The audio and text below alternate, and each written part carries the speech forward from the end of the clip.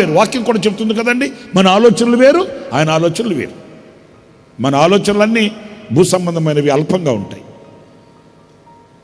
దేవుని ఆలోచనలన్నీ పరసంబంధమైనవిగా ఉంటాయి, విశాలమైనవిగా ఉంటాయి, ఉత్తమమైన ఉన్నతమైనవిగా ఉంటాయి.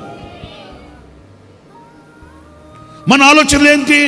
ఒక్క కుమారుడిస్తే చాలు, ఈ ఆస్తికి వారసుడు ఉంటే చాలు, నా నింద తొలగితే చాలు. ఇది అబ్రహాము ఆశ. కానీ దేవుని ఆశ అది కాదు.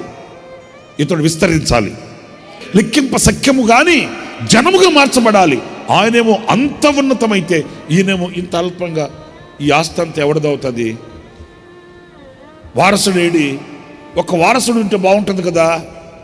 ఈ ఆస్తి అంతటికి ఆ ఎలియాజరేనా వారసుడు? ఈ దాసుడేనా వారసుడు? చూడండి, ఈ ఆలోచన చూడండి, దేవుని ఆలోచన చూడండి. ఈ రెండు మ్యాచ్ అవ్వట్లే. ఆయనేమో ఉన్నతంగా ఆలోచిస్తాడు, మనమేమో అల్పంగా ఆలోచిస్తాము.